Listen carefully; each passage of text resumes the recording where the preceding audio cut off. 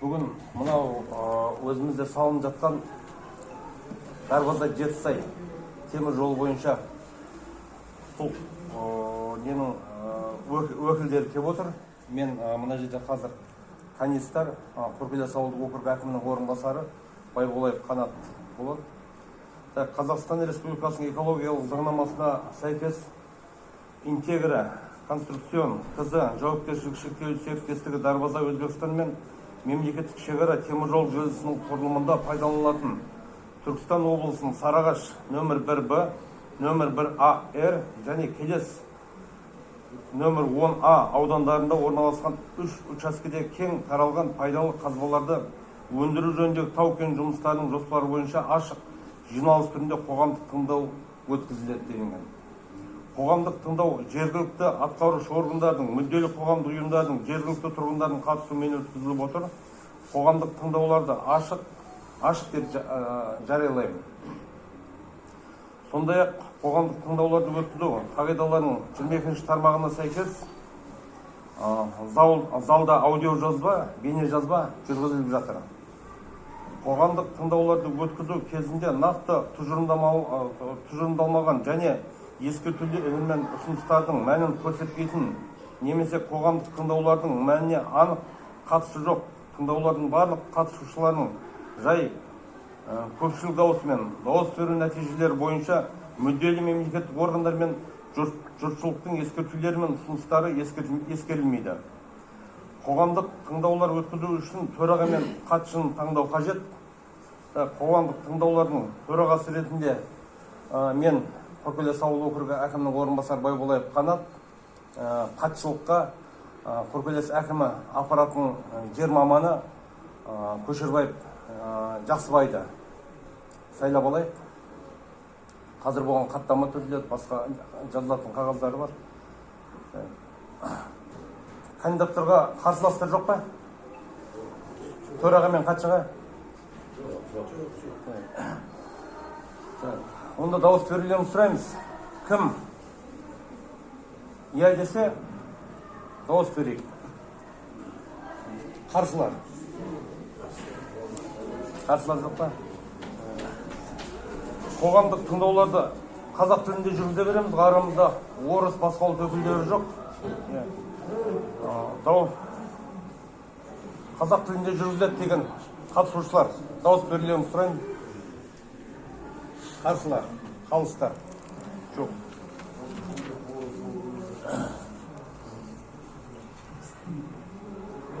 Күн тәртібін хабарлауға рұқсат етулерін сұраймын. Қоршаған ортаны қорғау бөлімінің әзірлеушінің Дарбаза Өзбекстан мен мемлекеттік шекара теміржол желісінің құрылысына пайдаланылатын Түркістан облысының Сарыағаш нөмір 1Б, нөмір 1АР және Келес нөмір 10А аудандарында орналасқан 3 учаскеде кең таралған пайдалы қазбаларды өндіру жөніндегі тау-кен жұмыстарының жоспары бойынша баяндамасы. Ашық жиналыстар арқылы қоғамдық тыңдаулар өткізу регламенті. Қоғамдық тыңдауларға қатысушылар тіркеу. Регламент 10 минут. Келісілген уақытта қоғамдық тыңдаулардың ашылуы ұсынылатын регламент 5 минут. Баяндамашылардың сөз сөйлеуі ұсынылатын регламент 10 минут. Баяндамалар талқылау ұсынылатын регламент 10 минут. Баяндамалар бойынша қоғамдық тыңдауларға қатысушылардың ескертулері мен ұсыныстары тыңдалады. Баяндамашылар өз кезегінде қоғамдық тыңдауларға қатысушылардың ескертулері мен ұсыныстарына жауап береді. Ұсынылатын регламент 10 минут. Қоғамдық тыңдауларды қорытындылар ұсынылатын регламент 5 минут. Қазір осы қоғамдық тыңдау бойынша баяндама бұны жаңа темір жол есінің өкілі Мағжанға беріледі. Қоғамдық тыңдауға қатысушылар, бүгінгі жобаның тапсырыс берушісі Интегра Construction КЗ жауапкершілігі шектеулі серіктестігі кен өндіру жоспарын жетісу жер қойнауы жауапкершілігі шектеулі серіктестік жасаған. Мен осы жетісу жер қойнауында жетекші инженер геолог маман ретінде жұмыс атқарамын. Осы жобада аталған 3 учаскелердің пайдалы қазбаларды өндіру жөніндегі тау-кен жұмыстарының жоспарын Интегра Construction КЗ жауапкершілігі шектеулі серіктестігі бекіткен техникалық тапсырма негізінде әзірленген. Орналасқан жері осы үшеуінде топырақ учаскелері Түркістан облысының Сарыағаш және Келес аудандарында, яғни осы жобаланып отырған темір жол желісіне тікелей жақын жерде орналасқан. Яғни Дарбаза мен Өзбекстан мемлекеттік шекара, Қазақстан-Өзбекстан шекарасынан 7-ден 17 километр қашықтықта орналасқан. Осы Алғабас ауылына ең жақын орналасқан карьер 1 километр жерде, учаскеден оңтүстік шығысқа қарай. Осы Алғабас ауылына 1 километр жерде орналасқан. Осы 3 учаскенің кен орнының жалпы ауданы 48,194 гектар. Учаскелер игеру мерзімі 2 жыл. Осы карьерлердің максималды тереңдігі 5,76 метр болады. Барланған қорларды игеру 2025 жылдан бастап жоспарланған. Жалпы осы жоспарланған карьерлердің жылдық максималды өндіру көлемі 1,880,074 метр куб құрайды. Бұл жерде өндіру жұмыстары басталмас бұрын ең бірінші топырақтың өсімдік қабаты болады. Соны Т-130 бульдозермен күреп, топырақтың өсімдік қабатын учаскелердің жан-жақтарына, борттарына жинап қояды техникалық маңызды ретінде. Кейін ол топырақтың өсімдік қабатын рекультивациялау жұмыстарына қолданылатын болады. Бұл карьерлер тау-кен геологиялық жағдайларын ашық әдіспен өндіріледі. Таяз карьерлер болғандықтан және тау-кен геологиялық жағдайлардың қарапайым болуына байланысты жаңа айтып кеткендей тереңдігі, максимал тереңдігі 5-7 метрге дейін барады. Осы қарапайым карьерлер болғандықтан бұл ашық әдіспен өндіріледі. Бұл экскаватормен қазып, КАМАЗдарға тиеп, темір жол учаскелеріне тасылатын болады. Өндіру жұмыстары аяқталғаннан кейін рекультивациялау жұмыстары жасалады. Осы Қазақстан Республикасының жер қойнауы және жер қойнауын пайдалану кодексіне сәйкес жер қойнауын пайдаланушы өндіру жұмыстары аяқталғаннан кейін 8 айдың ішінде рекультивациялау жұмыстарын жасап кетуі міндетті. Рекультивациялау жұмыстары 2 кезеңнен тұрады. Біріншісі техникалық рекультивациялау деп аталады. Ол жерде карьердің борттары білесіздер тік болады өндіру жұмыстарынан кейін. Оны 10 градусқа дейін бульдозермен тегістеп, катокпен таптап, ол жерге жаңағы айтып кеткен топырақтың өсімдік қабатын қайтадан сол жерге жайып, өсімдік өсетін қайтадан қалпына келтіріп кетеді. Бұл техникалық рекультивациялау. Одан кейін ол жерге жаңағы жергілікті өсімдік өспеген жағдайда, ештеңе өспей қалған жағдайда ол жерге биологиялық рекультивациялау жұмыстары жүргізілетін болады. Ол жерде жобада қарастырылып кеткен житняк өсімдігі отырғызылатын болады. Ол осы жергілікті климатына сай жаңағы шөлге төзімді, суыққа төзімді өсімдік болып табылады. Және де маңыздысы бұл мал жейтін өсімдік болып табылады. Осы өндіру жұмыстары кезінде табиғатқа кері әсерін тигізетін 2 нәрсе бар. Оның біріншісі қатты тұрмыстық қалдықтар болса, екіншісі ол шаңдату жұмыстары болып табылады. Қатты тұрмыстық қалдықтарды аузы бекітілетін темір контейнерға жинап, оны кейін қоқыс шығаратын мекемелермен келісім шартқа отырып, сол қатты тұрмыстық қалдықтарды шығаратын болады. Ал шаңдату жұмыстарына келетін болсақ, ол КАМАЗ автокөлігі негізінде су бүркегіш машинасы шаңды басып отырады. Бұл жерде жер қойнауын пайдаланушы рұқсат ретінде өндіру жұмыстарына рұқсат алады. Бұл жердегі осы учаскелердегі топырақтың барлығы темір жолға салынатын болады. Бұл коммерция емес, сатылмайды бұл. Лицензия емес. Осы мемлекеттен жерді жайылым ретінде алғандықтан қайтадан осы жайылым ретінде қайтарылатын болады. Осы рекультивациялау, қалпына келтіру жұмыстары жүргізілгеннен кейін. Мен баяндамам аяқталды, сұрақ қойсаңыздар болады. Жоқ, жергам ретінде қайсың берген?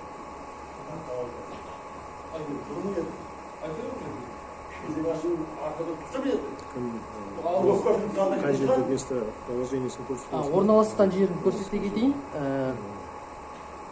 Жаңағы 3 участок Біреу Келес ауданында орналасқан, екі участок осы Сарыағаш ауданында 1Б, 1АР деген осы екі участок.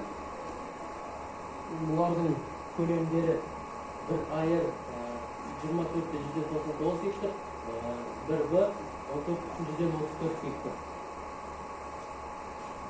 Мынау Касмас лимиттары 1Б участосы, анау 1АР участосы.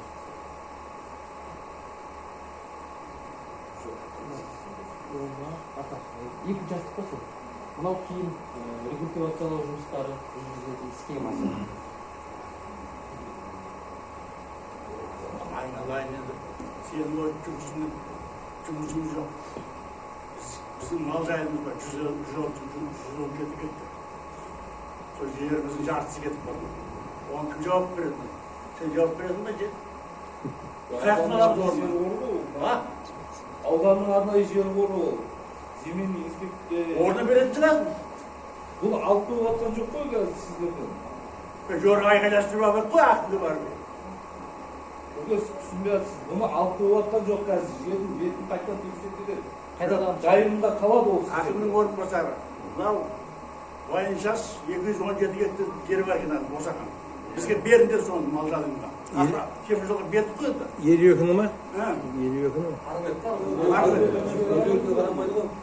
Елу қарамаса әкімшілік. Жоқ, арғы бет, темір жолдың арғы беті ма? Темір жолға. Жоқ, енді ол біздің Құркелеске қарамайды, ол жаңа айтып отыр ғой, ол ауданға қарайды. Ауданның қарасақ, мәселені шешіңіздер не? Ашын отырып, халықтың жағдайын бұлатын шығады, ашын лексик оқу келген жоқ шығады. жоқ, о жақтың өзінің территориясы бар ғой көке. Территориясы болғанмен, ақында байып болмаса, соны шешейік бәрін. Әр ауылдың мысалы үшін Алғабастың, Ақүйдің өзіне бекітілген аймағы бар. Дұрыс, иә. Қазір мына жерде Құркелестің территориясына кіреміз деңізші, баяғыдан Алғабас ауыл деген арқаның өзін бір 15-20 метрге халқы шола бөліп кетейін деді. Енді оны біз мына жерден болды, мынау Алғабастың жайылымына берілсін, мынау қалаға берілсін деп біздің құзырымыздағы нәрсе емес ол. Сол мәселеге бас болып кірісіңіздер, сол жерді алып беріңіздер бізге мал жайын. Темір жолдың арғы бетінде? Темір жол. Оны сізге уәде бере алмаймын ғой. Сатасыңдар ба? Сатасыңдар ма? Кім сатады оны? Ол сен халық білетін адамсың ғой жерге білетін. Айқайласты жора алғанмын. Мына әкім болған өзі. Айқайламай сөйлеңіздер. Ол менің құзыретімде емес. Мен ең кішкентай мамамын. Орындаушы. Көрмеймін. Әке, ал енді бұл қыздар айтып отыр ғой, Боинский час ол енді қалаға жатады деп отыр. Бұланы айқайласпай шешейік те бұл нәрсе басқа нәрсе болып тұр ғой. Иә, осы. Мына жер анық қай жерде орналасқан? Қайерде тұр бұл? Анау Бөткеде тұрма, Көкпар шабатын жерде тұрма, сол нақтылап айтсаңдар деп отыр. Бұл кісілерде түсініп жатқан жоқ. Бұл кісілерде бір-біріміз түсінбей жатыр қазір. Сол үшін бұл кісілердің не жатқаны... Тұра, сөйлеп отырмын. Торға қалайын деп тұр, темір жолға дұрыс та. Сол айтып жатыр. Бұлар өткенде бұлар көпір жақты қазды ғой, мынау гошалар шулады, шаң болып кетті деп. Солсын келсіңдер өздерің, мысалға, жаңа шаң болмайды, қалай аламыз? Мал жайымызды болып жоқ болайын деп тұрдыңдар ғой. Ол жұмыссыз торбақ не шықпайды, көп шықпайды ойлама. Сен тамырымен не қойсың, жаңбыр болмаса болмайды деп ойлама. Қабатын жеңге алып қояды. Ана қария деп сіздерді шақырып жатыр, елдің адамы деп. Біз қарсымыз оған. Шешейік деп. Қой көтерді сол қарсым деп. Жаңағы орналасқан жерін кейін... Келес ауданы деп жатыр, Келес болғанда... Келес бәрін жауап бар, біз өзіміз Алғабас жерімізді жауап бар, мал жайымыз.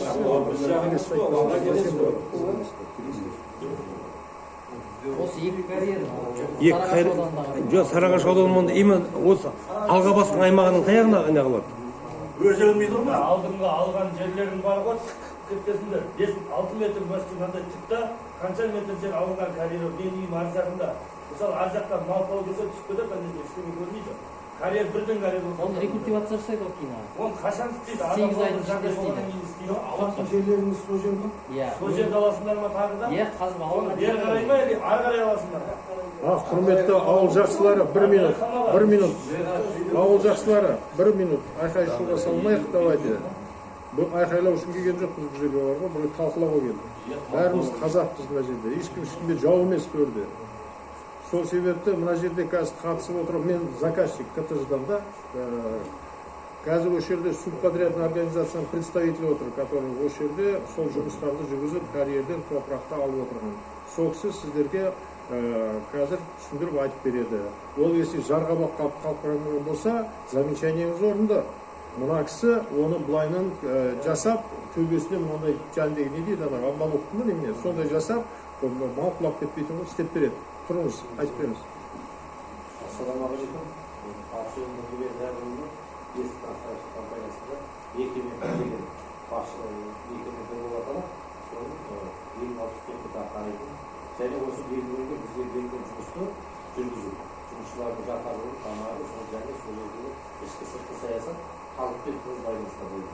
Біз мынау Ердәуіттен басқарма станцияның жұмысын жүргізіп жатырмыз, 1,5 жыл болды. Енді жаңағы осы көрсетілген аумақтағы карьерлердің бәрі, бұған дейін де қаншама проект бітіріп келе жатырмыз. Бұл бітірілген жаңағы тегістеу жұмыстары, ол жаңағы адам ғыламай проект жаңағы әлеуметтік тегістеу жаңағы бәрін реттеп, жаңағы нешеге айтқандай қара топырақтың бәрін қайтадан бүлдозуға жарайды.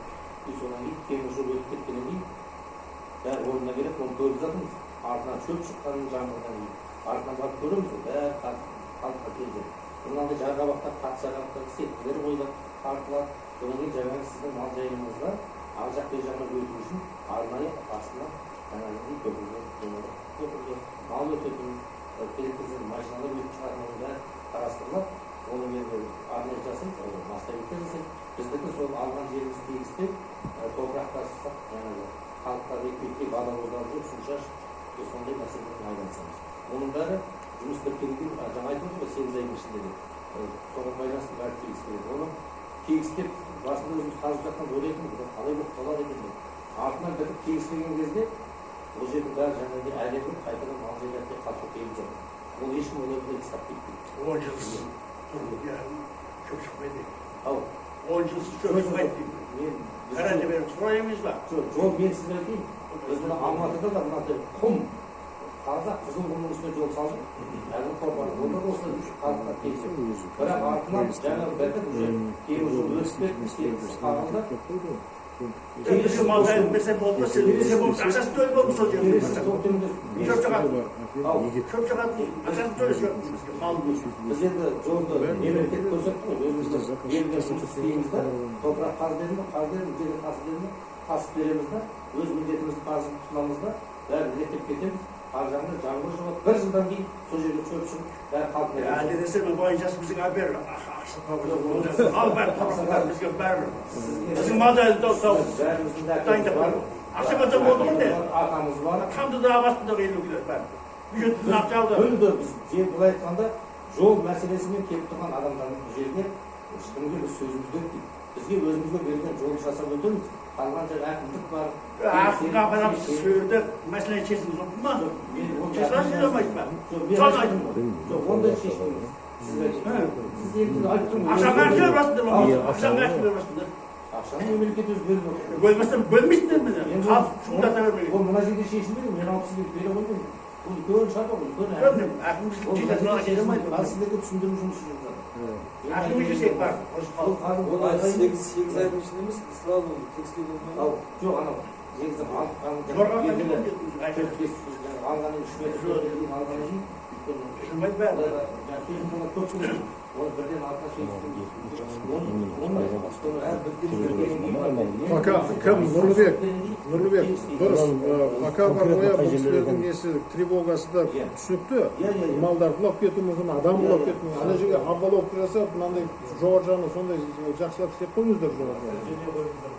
Иә, агрождердегі неме бар. Мына Түркістандағы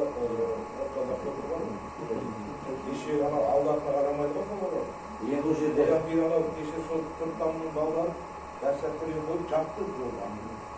Автобустың сүйеуі жапты, қобан шығарып. Соны жауып қойғаннан кейін барып келді ғой екі автобус. су шашылып, бірақ 7 ай жаңбыр жаумаған жер. Қырғызстанда ана 48 градуста, 45 градуста жарты сағат сайын күн өтіп, уже барып келген сайын көлік беріп бұлардың қатысты план тапсыру бірақ именно сол жерден алуларыңыз керек па? Басқа жерден алуға болмас. біз енді ала алмаймыз. жігіттер, оған мен жауап берейін, мына кісі жауап береді, негізі бар ғой, ол мысалға мына жерден алуымыз керек деп бас алып бітірген емес ол. Ол бар ғой, бір жыл бойы мына кісілер геологический разведка жасап, мына топырақ подходит, мына топырақ сәйкес келмейді деп зерделеніп бар ғой, содан результаттан шыққан разрешение. Да. Мазаратқа баратын жолымыз бар да. Үлкен қызыл қисық тасты ғой жер. Алатын болсаңыздар, егер сол жерді алсаңыздар, бізге дұрыс болар еді, залымыз систем қалар еді. Ана мост салып жатқан жердегі ма, дөңді? Ауылда шығарған жерді Антен тұр ғой, антен. Иә. Соны тұр. Кеңіп алсаңыздар, рұқсат береміз. Тура алып тасыңыздар. Тегістеп базарға шығарып аламыз да қызық болушы. Базарға шығарған кезде Антен қай жерде осы ауылға жақын ба? шығарған жерде. Қазір көріп кетеміз. Кезіп тағы, ол жерде шөп өспейді жақсы. Ала беріңіз болады. Кен қылмасаңыздар да біз. Адам келсе беруге болады. Бірақ мал не жейді? Торпақ жей берсең де кейін ойлысында соны ойлап отыр. Жоқ. Болашағымды ойлап отыр. Ақсақал, сіз енді нервіңізді бар ғой, құрта бермеңіз, денсаулығыңызға зиян келеді. Мен өзім тоже кішкене нервный адаммын да, түсінемін сізді. Ақсақал, мен айтайын сізге жәндегі, бұл жерде топырақ зима дегенде ол өте үлкен площадь алып қойын деп жатқан жоқпыз ғой, біздікі разрешениемен карьер, мысалға да, ол жерден бір үлкен залал тимейді сіздердің малдарыңызға. Басқа жер жетеді ғой, құдай басқа. Малы шөп түссе болды. Шығады. Если шықпай қалса, мен как КТЖ-ның несі сияқты, бұл кісілерді қайтадан шақырып аламыз. Өте егет, жаңа мына бала айтып өтті ғой докладында.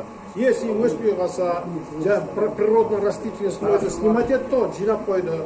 Біткеннен кейін тегістетті, бетіне қайтадан салды, жаңбыр жауды ол өсу керек. Өспей қалатын жағдайда бұлар егіп береміз деп қазір айтты ғой докладында. Естімедіңіздер. Оның бәрі қадағалап отырмыз. Оған ақша бөлінген. Оны егіп беру. Өспей қалған жағдайда. Оған переживать етпеңіздер, ақсақал. Олардан рейсіне төлеп жатыр ғой. Содан кейін асығыс бірімді. Енді десек, ана жерлерін көпіртасында байқамай келетін болса. Енді кім, Нұрлыбек, сіз енді қадағалаңыз. Сіз осы кісі руководитель проекта сөзінде. Қадағалаңыз. Ол жерде адам тұрады ғой, водительдер мен инструктаж өткізіп, қадағалап, десек, накажите прям бар ғой, айлығынан ұстап қаңыздар, что ондай нарушение грубый езда болатын. Қазір алып отырған жер бар ғой, қазір территориясы қанша? Именно осы қазір алып отырған. Су шашу жағын көп күшейтіңіздер. Бір. Халқына көп Егер аламыз дейсіздерді, қарсымыз бақ ала беріңіз, ертең кәрек ағаңды дейсіздер. Үйге кіре алмай қалдық қой, бүгін үйге кіре алмай қалдық. Әкімшілікке де жібердік, қанша адамға да жібердік. Ол су шашамыз деген әңгіме, әшейін ол бос әңгіме бүгін. Ал енді бар ғой, кім, бауырым, хорошо, жәнде. Мен сол шаңның түбінде тұрам бүгін. Күшейтеді, енді бар ғой, қадағалаймыз, енді бар ғой, оны тағы да күшейтесіздер ғой, Нұрлыбек. Енді оның бәрі түсінікті. Мысалға бар ғой, бір жерден салып жатқан кезде бар ғой, ол обязательно біреуге дискомфорт болады. Енді амал жоқ болмайды деп айта алмаймыз сіздерге айтатынымыз енді сәл шыдау керек енді. Бітейін деп қалды. Құда қаласа, уже көлік етіп азы қалды. Қазір сәл шыдасаңыздар, аз жұмыс қалды. Қазір земляной жұмыс бітіп жатыр практически бар ғой, уже бітіп жатыр. Мына басшылар жатыр. Қалды ма, кейбір жол жағалмады. Қалған жоқ, бәрін қарақтық қой, елді Мазарлыққа сен керек енді, соған төтіп Тұттың мазарларыңыз қай мазар?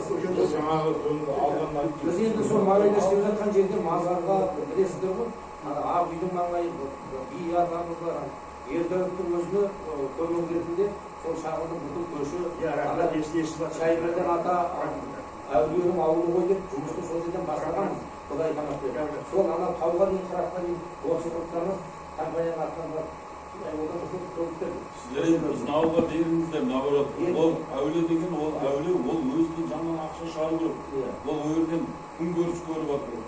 Алып қашасы беріп жатқан жоқ. Барған қойдың бәрін өзі жаратып жатыр, мал базарға. Төрттанмен алға басқа сіздер мысалға біздің малдар айтылады. Көшеге десеңіздер де мысалға айтылады. Ол Ердәуіт деген ол өзінің қоғамдық нәрсесі ғой. Ана енді мынау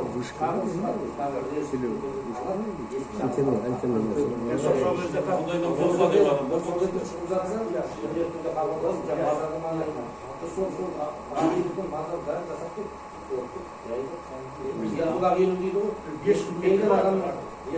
Сіздер ол аяқ жерін алатын болсаңыздар, мысалы здание соққанда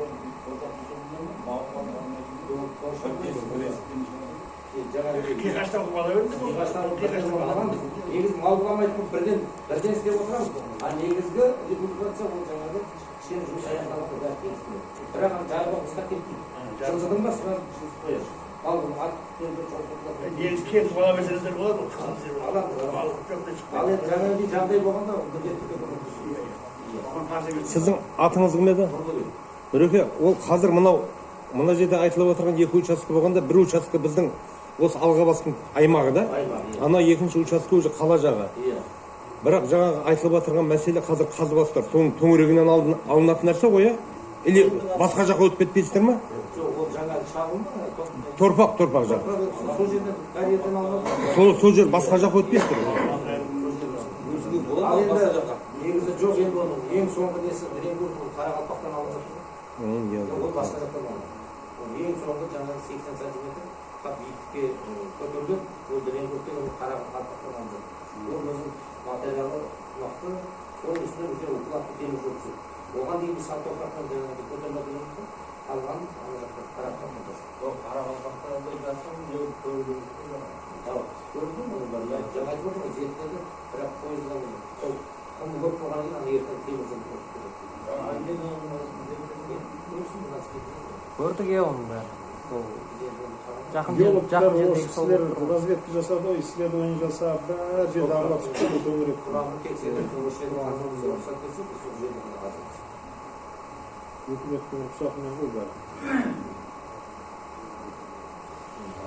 Ал енді Қандай сұрақ бар, сұрақ тағы да қойылатын.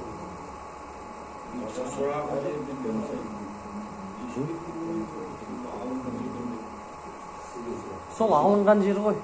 Сол алынып отырған жер ғой, басқа жаққа өтпейді. ешкеттің алды. Или сүйек қайттан қаза береді ғой. Сол жер ғой. Слойды ала береді ғой. Сол бірақ жер ғой, сол қазылған жерлер ғой. Слойды алады. Иә. 6 метрге дейін барады. Иә, 5-те 7-ге дейін барады. Ол өзі басында берілген аумағы 14 гектар ма? 14 гектар екен, сол жер ғой, басқа жаққа шықпайды ғой. Енді басқа жаққа шыға беріп тұрмай. Жоқ, соның айналасы сол жер. Соны жаңа сұрап отырмыз ғой, басқа жаққа өтіп кетпейсіздер ме деп. өтпейді ғой, үкімет қай жерді көрсетіп берді, координатын береді да, бәрі мынандай проект жасалынады, целый. Проектідан жәндегі уклоняться етпейді, шықпайды, былай, налево, направо шықпайды, тура сол жерге түседі. Енді болашақ деп жатсыз, дұрыс, бәріміз болашақ үшін жүрміз. Әйтеуір Соған атаған басқа дәмден бері шарты.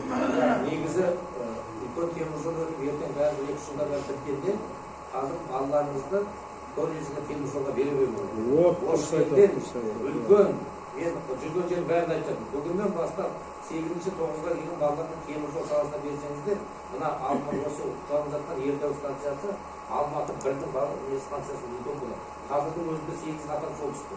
Тағы ана үй жылжиын деп тұр. Сондықтан бұл жерден үлкен базарлар түседі. Оқу орнында, темір жолдың оқуға балаңызды бересіз, немереңіз. Болашақта енді сол ғой. Оқып шығады, бірден сол жерге жұмысқа қалды. Жақсы ғой, қуану керек. Ертең енді мына қазір сіз айтып жатсыз ғой, 2 айлық жұмыс қалды, иә? 2 айда бітесіздер, құдай қаласа, 4 айда бітесіздер. 8 айдың ішінде реттеп көрмелеген дейді.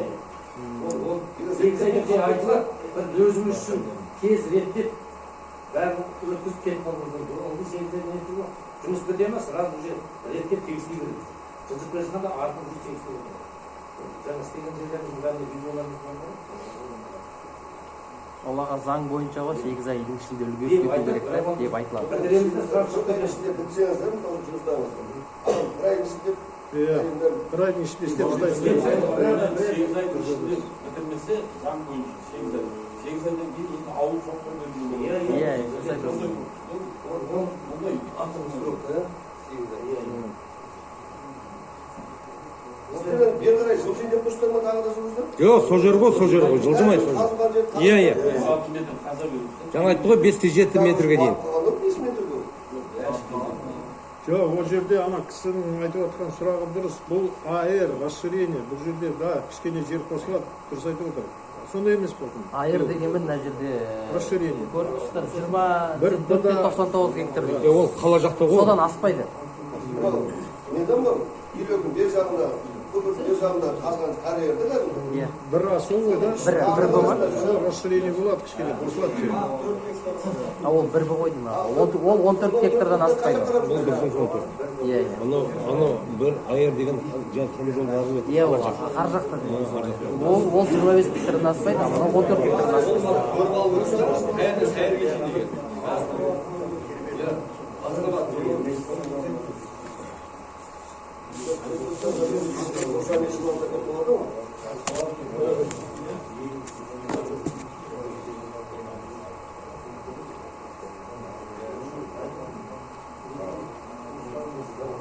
Мына жерде шекарасы көрсетілген мынаға. Осы жерден аспайды. Мына көрсетілген шекарадан аспайды.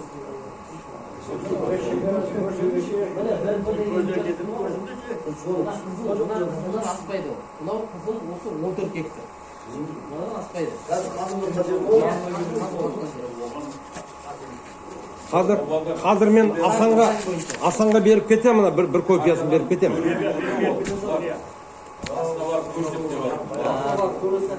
Басына бар көргенде де осы olsun sadece тура мына жер. Ол жерден шығып жатқан жоқ. Басқа жерден алуға болмай ма? Рұқсатсыз алуға болмайды ғой. Бұл жерде рұқсатпен, өкіметтен рұқсат алып деп отырмыз ғой. Жаңа айтты ғой, бір жыл бойы жұмыс жасап әзір алды ғой. бір жердің топырағы дұрыс келмеді деп жатыр, бір жердің құмы дұрыс келмеді деп жатыр ғой, жаңа айтып отыр ғой.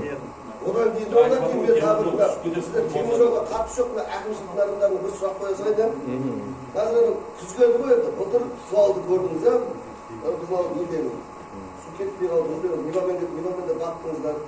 Сол жерде қайрат канал беріп тастаған. Recording stopped. Сол недан жер бар, қоршаған жер бар, сол қайраттың ешкімге жақсы кіре ма сол жерде? Оның құжаттың барлығы тексерілді. Кім депутат қайрат па? Оның аудан әкімінің алдында да кірілді, айтылды, оның мемлекеттік актісінің барлығы заңды оның. Мынау сол канал тегістеуі бәрі заңды ма?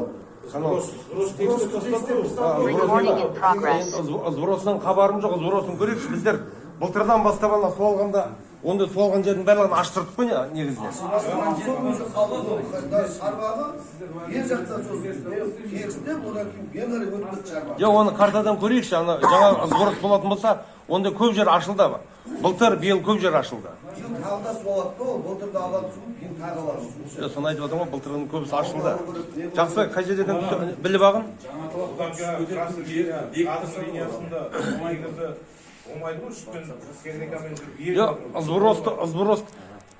Сбросқа не жоқ. Мына жерде енді жаңа айттық қой, видео не жүріп жатыр да, мына жиналысты қорытуға салайық. Ол ана мәселе кейін ала береміз. Свет жазып. Онда мынау жігіттер келіп отырған жиналысты қорытындылап жіберейік, а? Басқа қойылатын не болмаса. Тыңдаулардың нәтижелері бүгінгі талқылаудан кейін айтылған ескертулер мен ұсыныстарды ескере отырып, қоғамдық тыңдаулардың хаттамасы рәсімделетін болады. Осы тыңдауларда айтылған барлық мәселелер, ұсыныстар мен ескертулер бірыңғай экологиялық порталда, сондай-ақ тыңдаулар өткізілгеннен кейін Түркістан облысының табиғи ресурстар және табиғатты пайдалануды реттеу басқармасы мемлекеттік мекемесі интернет ресурсында 2 жұмыс күні ішінде қоғамдық тыңдаулар өткізу қағидаларында көзделген мерзімде де жарияланатын хаттамада көрсетілетін болады. Назарларыңызға рахмет. Қоғамдық тыңдау аяқталды.